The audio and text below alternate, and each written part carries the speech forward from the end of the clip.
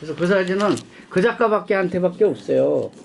어떤 감독 같은 경우는 마을 전체로 세트를 지어.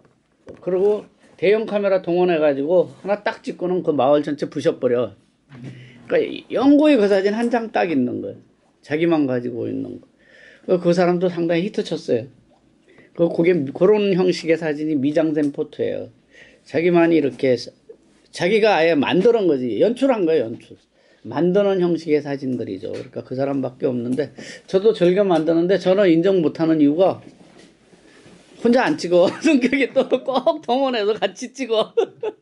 연출은 곧잘하고 많이 만들어내요. 뭐, 누드 모델도 대바람에 많이 하고, 뭐, 페인트 칠도 많이 하고, 뭐, 세트도 잘 짓고, 오만 짓도 많이 하는데, 꼭 혼자 안 찍고 여럿이 찍으니까, 딱 한 장만 나오는 게 아니라 많이 나와, 타작이 되니까.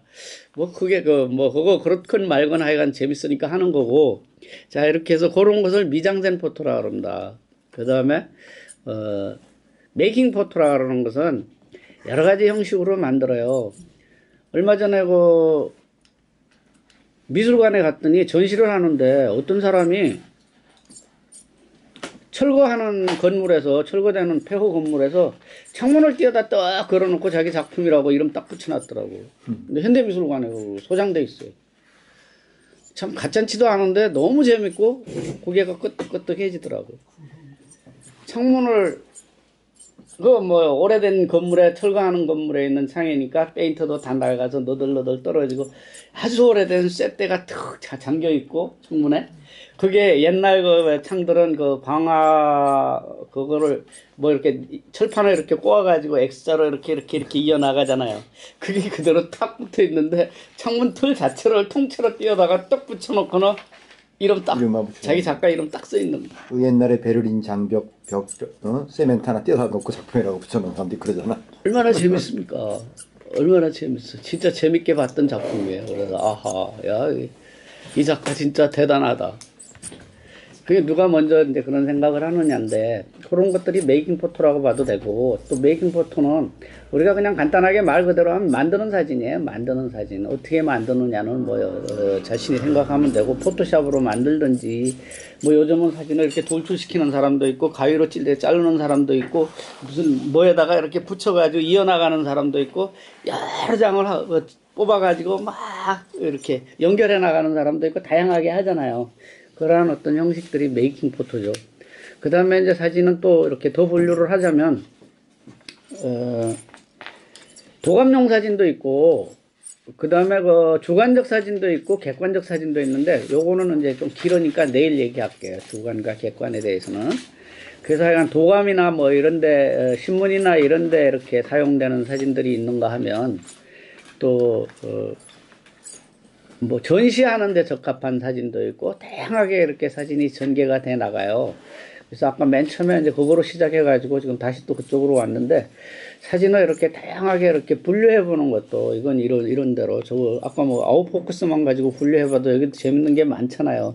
형식 문제로 분류해 보는 것도 괜찮고, 아니면 사용 용도별로 이렇게 분류해 보는 것도 괜찮고, 목적에 따라서 분류해 보는 것도 괜찮고, 여러 가지 분류해 보는 방법이 많습니다. 그 다음에 찍는 방식, 형식 문제로 분류해 보는 방식도 괜찮은데, 저는 아까 말했듯이 서두에서 크게 형식 문제로 많이 이렇게 분류하는 습관을 가지고 있어요.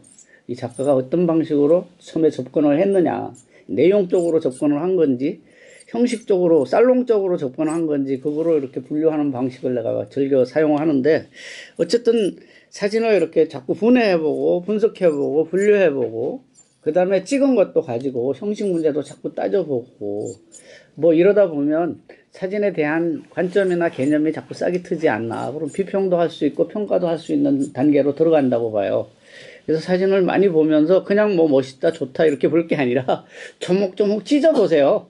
그러다 보면서 요거는 어떻게 했냐, 뭐를 했냐. 거기서 뭘 찾아보는 거지, 코드. 아까 그랬잖아요. 사진 한 장에서 오만 것을 다 찾아낼 수 있다고 제가 분명히 그랬잖아요. 그리고 제 얘기 들어보니까 사실이잖아요, 그게. 그쵸? 그러니까 그런 식으로 사진을 그냥 볼 게 아니라 난도질을 해가면서 보는 것도 괜찮다 이거죠.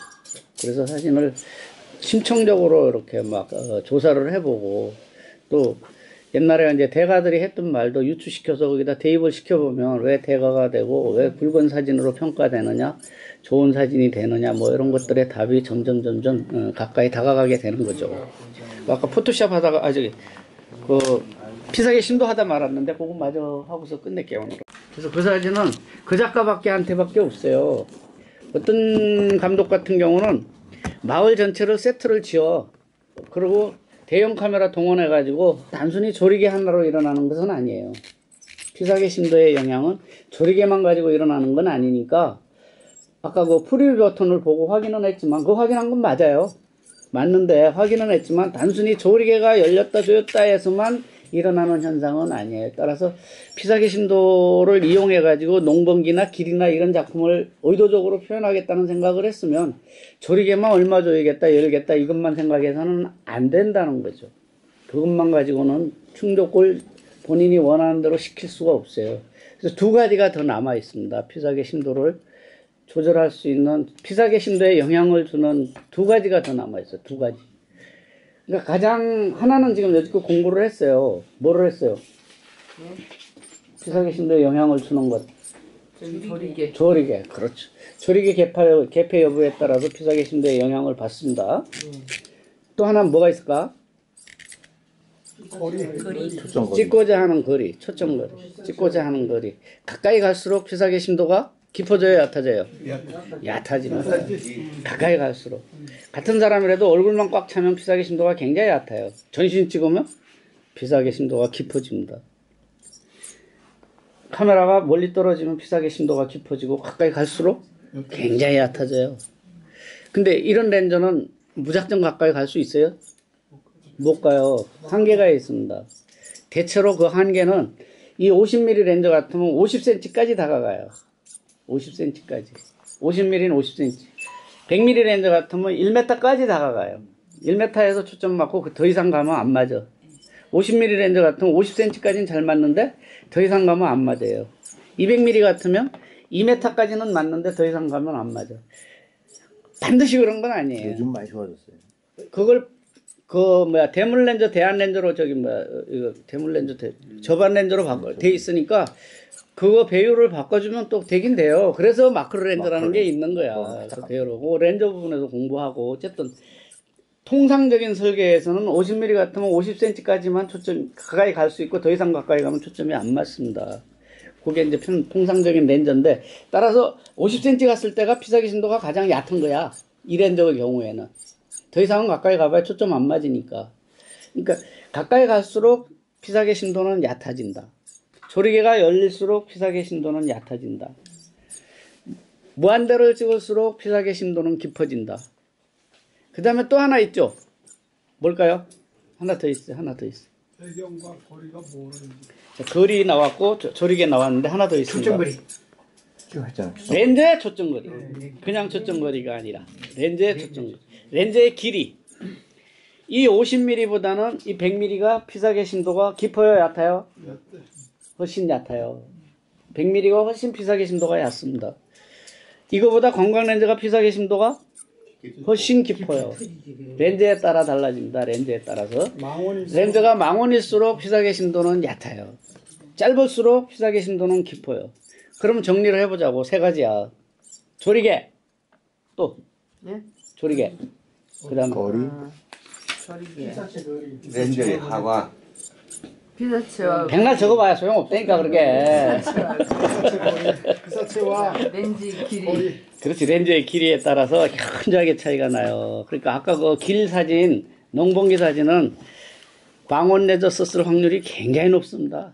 특히 그 장날 사진은 망원이에요. 그렇죠? 그렇게 해서 우리가 뭔 렌즈를 썼는가를 유추해낼 수가 있습니다. 렌즈에 피사계 심도가 있기 때문에. 그래서 망원 렌즈일수록 피사계 심도는 얕고 관광 렌즈일수록 피사계 심도는 깊고 가까이 갈수록 피사계 심도는 얕아져요.